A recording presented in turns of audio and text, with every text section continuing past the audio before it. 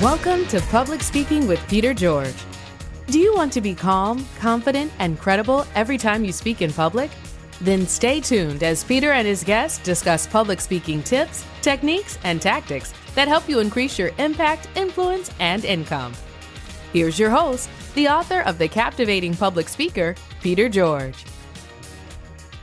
Do you want to be a speaker? That's great.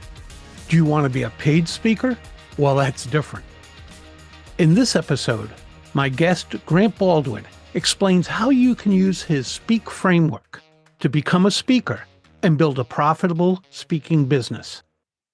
As founder and CEO of the Speaker Lab, Grant has helped thousands of people build successful and sustainable speaking businesses. Over the past 15 years, Grant has become a sought-after speaker, podcaster, author, and accomplished entrepreneur. Featured on the Inc. 5000 list, Forbes, Inc., Entrepreneur, and the Huffington Post, he has committed his expertise and insight to equip others to share their meaningful messages with the masses. Here's my conversation with Grant Baldwin. Hi, Grant. Great to have you with us. Peter, thanks for letting me hang out with you, man. I appreciate it. Grant, I've listened to your podcast for years and appreciate the advice and information you and your team have shared. Oh, that's cool. I really appreciate it. I've been in the speaking industry for a while now, as I know you have as well, and it's fun to work with and help and support speakers. Speaking about being in the industry for a while, why don't you tell us a little bit about your journey in the speaking business? Yeah, so if we go back in time, in high school, I was really involved in my local church, and my youth pastor had a really big impact in my life. And I was like, I want to do that. Like, that seems like a really cool, rewarding profession. He made a big impact in my life. He was also just a very, very good speaker. And so that was kind of the path I was on. I went to Bible college. I was a youth pastor at a local church for a little while. And as a youth pastor, I had a lot of opportunities to speak. And speaking is one of those things I felt like I was decent at. I knew I wasn't the best, wasn't the worst. And it was something that I wanted to do more of, but I just wasn't really sure, like, how does this mysterious industry work? Like, how do you find gigs and how much do you charge and who hires speakers and what happens here? How does this work behind the curtain? And so at the time, this was 16, 17 years ago, there weren't really any speaking resources or books or podcasts or any, there just wasn't a lot of tools out there on how do you find and book speaking gigs. And so I found myself emailing other speakers, stalking other speakers, can I pick your brain, harassing them, and learned a couple things and started booking some gigs. And eventually got to a point where I was doing about 60 or 70 paid speaking gigs a year and loved it. It was a blast. And I had a lot of people who are then asking me those same questions like, hey, I want to do this. How would I do this? And so about 7-8 years ago or so is when I started the Speaker Lab, which is a training and coaching company for public speakers. And we teach people primarily the business of speaking. How do you find and book gigs? And so, yeah, I've been in the business for a little while now. And it's a ton of fun to help speakers understand the ins and outs of this world and how they can share their message and make an income and make an impact with it. Just like any other endeavor, if you want to make money at public speaking, you've got to think of it as a business and run it like a business. Would you agree? No, absolutely. I think that there's a big difference between people who come into this and kind of view it as a hobby. And one big mistake that we see a lot of speakers make is if you view it as a hobby, you can't expect professional results. And so if you want professional results, you got to treat it like a professional. And so the speakers who are like, yeah, I'm just going to kind of dip my toe in and kind of dabble with this, and maybe I get some gigs, and I'm sure like, if I put up my website or if I, post something on social media that I'm a speaker, that all of a sudden like gigs are going to magically come pouring in. And Peter, as you well know, like it doesn't work like that. You have to treat it as a business. And the speakers that really see the results of this are the ones that are really putting in the work. They're really putting in the effort. And this isn't exclusive to just speaking. This is true with anything. We're recording this at the beginning of a new year. And so a lot of times people make these resolutions and goals around health and nutrition and fitness and weight and that sort of thing. And it sounds really, really good on like January 1st of like, all right, this year I'm going to lose 10 pounds. And then, you get to like January 4th and you're like, maybe if I lose 5 pounds. All right. And you get to January 11th and you're like, if I just break even for the year, that's a good year, because it's work. It's really requires a lot. And so the same thing is true for speakers, is those that treat it as a business and put in the work, they're the ones that are going to see the results. Last night, I was at my Goals Mastermind meeting where we hold each other accountable. And a week from now, I'll be sitting down with my mentor, who's been my mentor for 15, 18 years or so. And we sit down once a month and he makes sure I continue to see this as a business. No, absolutely. speaking is very much a momentum business. And so initially it can take a lot of work and effort to kind of get the ball rolling and you feel like you're pushing a boulder uphill. But after a while, like again, like with a lot of things in life, the longer you stick with it and the more effort you put in, the greater the results are that you're going to see. There are so many people who would love to speak on stages of all different sizes, but there's a huge difference between wanting to speak, getting the opportunity to speak, and getting paid to speak. How can my listeners get more opportunities and get paid to speak? Yeah, well, I think one thing is, again, kind of what we've been touching on is just treating this as a business and taking it seriously. And so what we teach at the Speaker Lab is a 5-step framework that we call the Speaker Success Roadmap. And so maybe what would help with is if we just kind of walk through that at a high level, and then we can kind of jump in wherever you'd like. That'd be great. But again, it makes the acronym SPEAK, SPEAK. And so the S is select a problem to solve. Select a problem to solve. And so getting really, really clear on 2 key things. Number 1 is who do you speak to? And number 2, what problem do you solve for that audience? Now, the danger and the mistake that a lot of newer speakers make is we want to spread the net as far and wide as possible. And so who do I speak to? I don't know, Peter. I speak to humans. I speak to people. My message is for everybody. And we all understand that if it's for everybody, it's really for nobody. And the same thing is true whenever it comes to, well, what do you speak about? And sometimes speakers will say, well, what do you want me to speak about? I can speak about anything. I can speak about, business or sports or family or marriage or marketing or sales or customer service or motivation, and like on and on and on the list goes. And that just doesn't work. And so the way we always like to think about it is you want to be the steakhouse and not the buffet. The steakhouse, not the buffet. Meaning, Peter, if you and I we're going out to eat, we're looking for a good steak, like we have a choice. We could go to a steakhouse where they do one thing and they do that one thing really, really, really well. Or we could go to a buffet where steak is one of 100 things that they offer and they're all mediocre, right? Nobody goes to a buffet because they're excited about a buffet, right? They go to a steakhouse because they're like, I want steak, I want good steak. And so I want to go to the place that does one thing. And so the same thing is true with speakers. Again, it's counterintuitive, but the more specific, the more narrow, the more focused you are, the easier it is to actually find and book gigs. And so I think this first part of the process, again, S, select a problem to solve, is the most foundational, the most important part. Because if you get this part right, then it makes the rest of the steps a lot simpler from there. The next part of the process, the P, is to prepare your talk, meaning being really, really clear on what's the solution that you are providing. You've identified the problem that the audience has. How are you going to provide that solution? Next part of the process is E, is to establish yourself as the expert. So 2 key marketing assets that we think all speakers need is you need a website and you need a demo video, website and demo video. So in this day and age, if you don't have a website, you don't exist. It's hard for people to take you seriously. And a demo video is one of those things that can feel intimidating. It can feel daunting, but really think of a demo video kind of like a movie trailer. Before you would go see a movie, you want to see that trailer. You want them to take that 90-minute, that 2-hour movie, boil it down to 2 or 3 minutes. And within those 2 or 3 minutes, you have an idea of who's in it, what's the plot, what's the theme, what's the genre. And the goal of a demo video and the goal of a movie trailer is to make you want to see more. And so an event planner, decision maker who's considering hiring you, they don't need to see a 60-minute video of your talk to determine whether or not you're a good fit or a good fit for their audience. They just need to see a couple of minutes. And so that's what a demo video is. There's no way they would sit down for 60 minutes and watch a video. No, absolutely. I mean, you think about just all of our attention spans, right? Like event planner aside, but like if someone sends you a video, it's like, I just saw this, you got to check this out. The first thing every single one of us do is we look in the lower left-hand corner and just see like, what's the timestamp? How long is this video?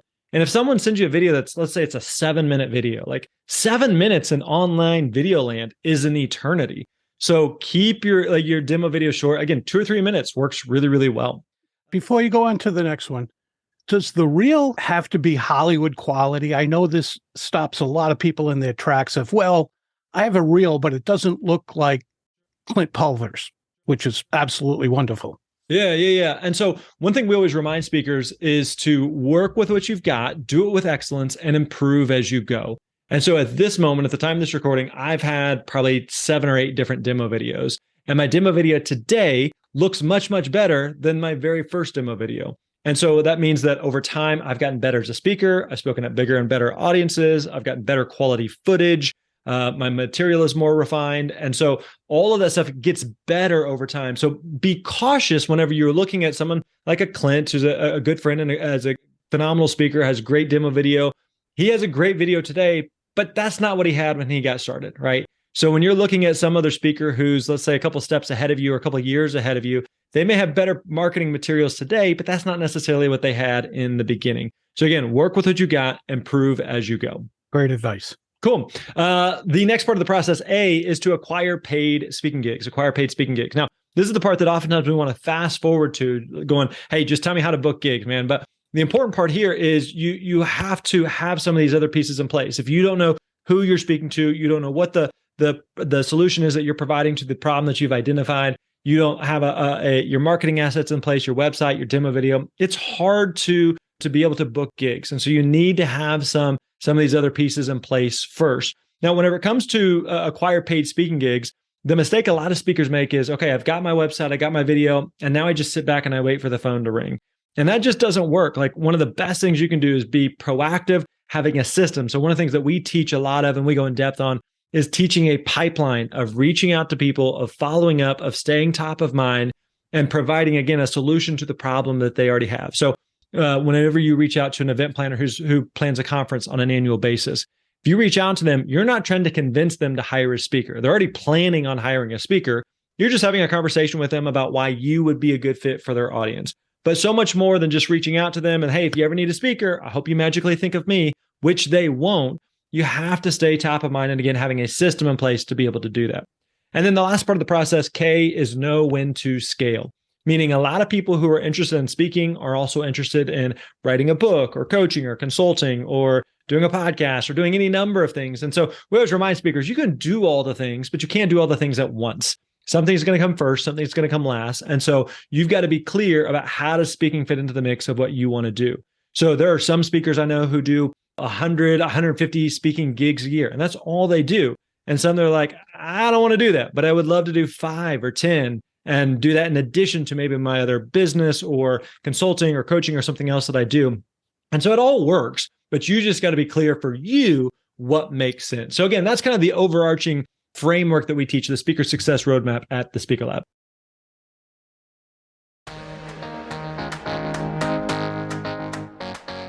Have you heard what noted speakers and readers are saying about Peter's book, The Captivating Public Speaker?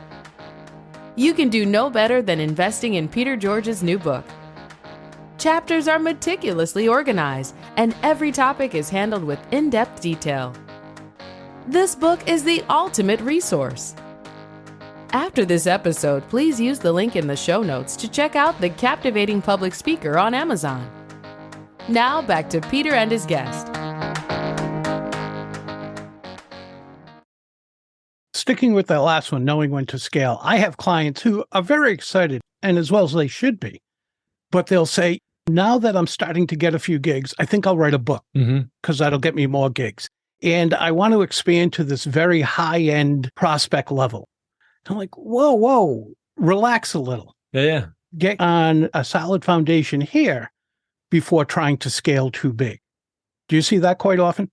Yeah, absolutely. The people who, like you described, I think I need to write a book or I need to do this, right? Again, I see someone else who may be several steps ahead. They're doing this, they're doing that. They wrote a book, and they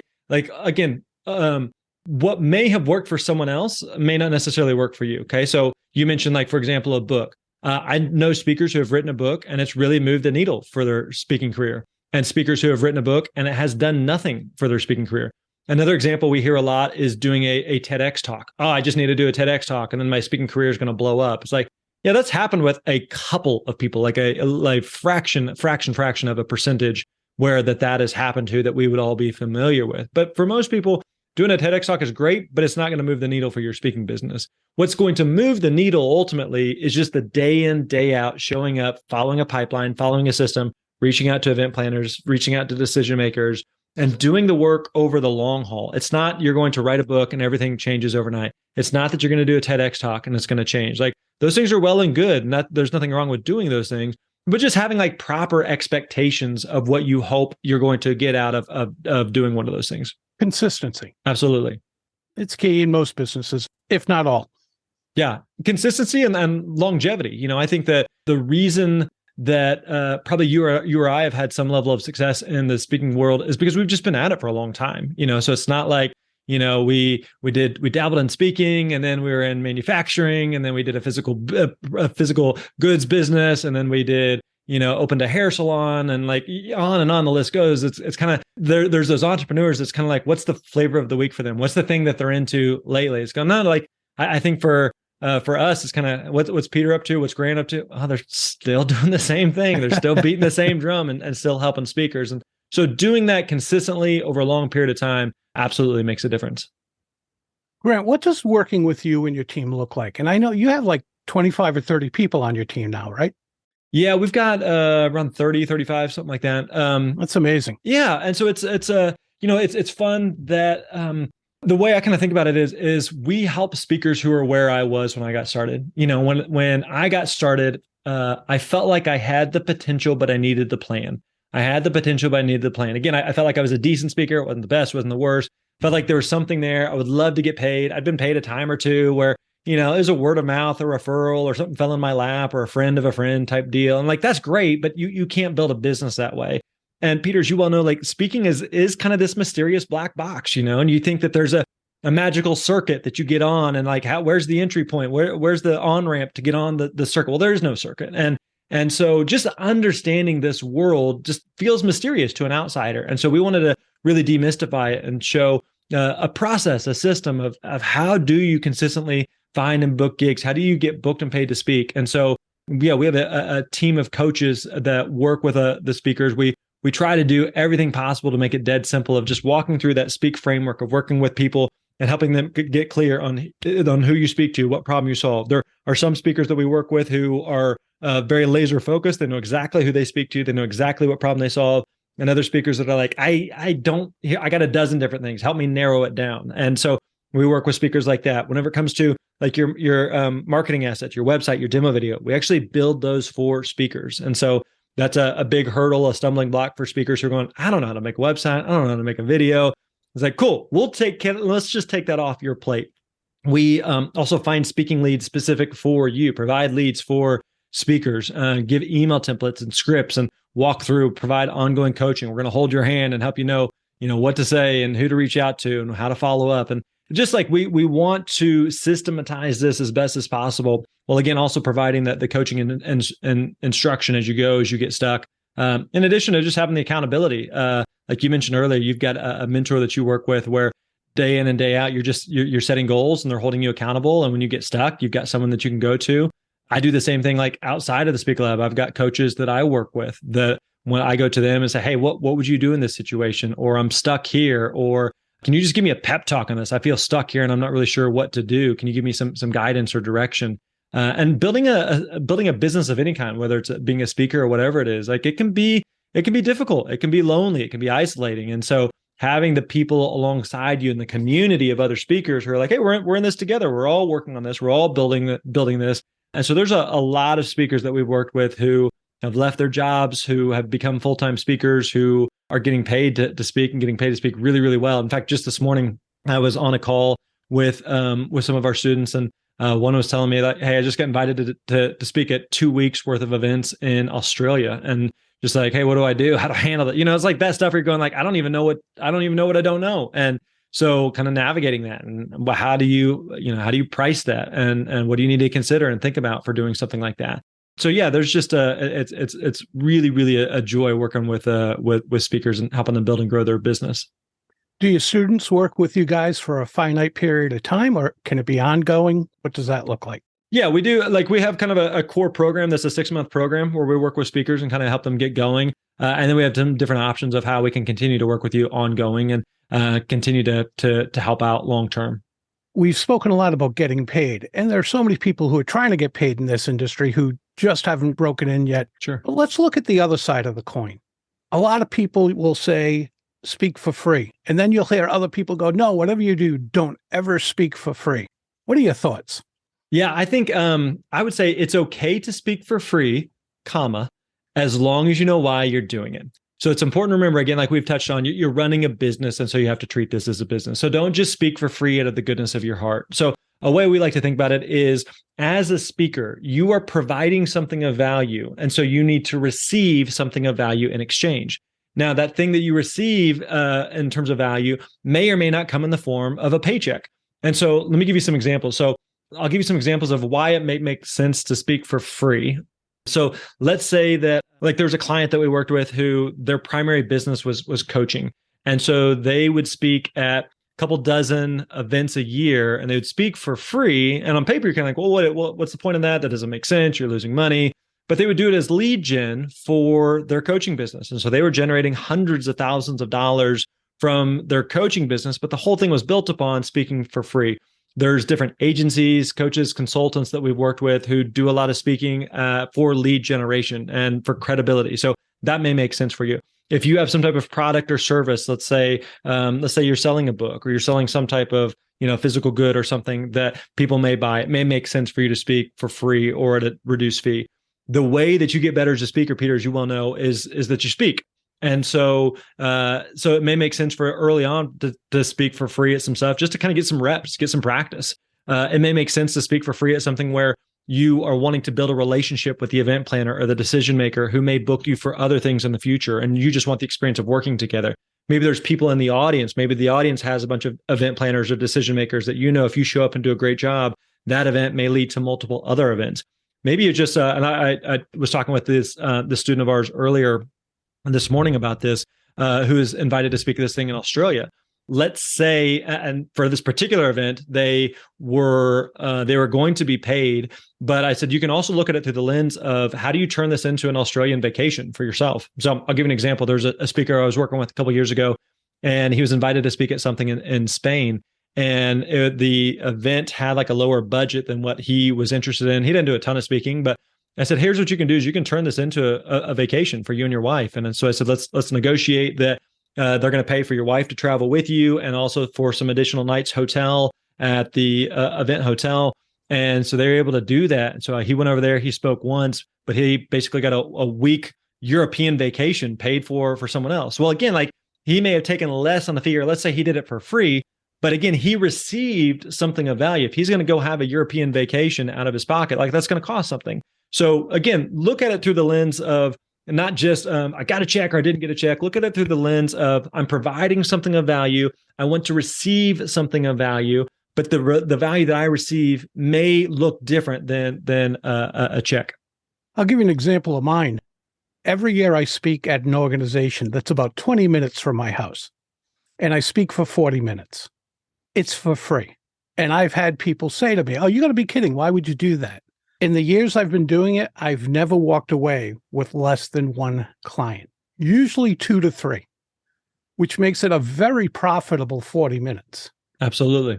The only problem I have with this organization is they only allow me to come and speak once. Yeah. I would be there every month if they'd allow me. I'll give you one other example. I remember there was a client a couple of years ago that I was working with who had invited me to speak. They had a slightly lower budget, but I knew that this was a well-connected event planner. And I said, tell you what, I'll make you a deal. I'm willing to take a little bit less, but what I'd like to do is, assuming I do a good job, and the whole thing is predicated on I got to show up and deliver, but assuming I do a good job, I want you to introduce me to 5 other event planners that we agree that I would be a good fit for, right? Because again, look at it, like that costs him nothing, but it's value to me. If he introduces me to a couple other event planners and I book some gigs out of it, which I did, that's incredibly valuable to me. And that's not going to show up on a paycheck. And so again, I think just having the limited view of never speak for free, speaking for free is evil, you're never going to be taken seriously, you're never going to be a professional if you speak for free. No, it's okay to speak for free. Again, as long as you know why you're doing it.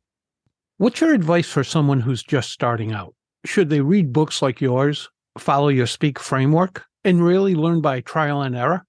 Or should they go to someone like you and your team and get help from the experts and maybe reach their goals more quickly? I mean, either or both. Meaning like we have a lot of speakers that we work with where, for example, we've got, I think 430 something podcast episodes, all on speaking. We've been doing this for many, many years, as you referenced. We've got a book called The Successful Speaker that really walks through in depth those 5-step process. So there was a guy actually we had on the podcast maybe a year ago or so who said, I went on Google, I was Googling speaking something. I found you guys. I listened to every podcast episode. I did what you said to do. and within a year had quit his job, was making six figures from speaking. He didn't give us a dime. He just listened to the podcast and did what we said. So yeah, you don't have to give us a dime. The point of coaching and what it is that we do with some of our programs is we like to think of it as kind of like a fast pass. And so you can do it on your own. You can go figure it out. But when you get stuck and you're kind of going, I don't know, what do I do here? Or we always like to say, it's hard to read the label from inside the jar. And you're looking at something and you're like, I'm stuck, and like, does this work? Here's this topic. Is this even a topic? Is this something that people even get paid to speak about, or people get hired to talk about? So that's where if people want the fast pass of getting that outside coaching support, then, and again, this isn't exclusive with just speaking. I do this in a lot of areas of my life. When I'm looking for help with something, I can read a book, can have a conversation. I can take someone to lunch, but there's a lot of times where I'll just like, the best thing to do is to hire the expert who's done it before, who knows how to teach this. And so I've done that a lot in my own personal life. And I find it makes such a huge difference for speeding up the results that I want to get to. We've mentioned your book a couple of times, The Successful Speaker.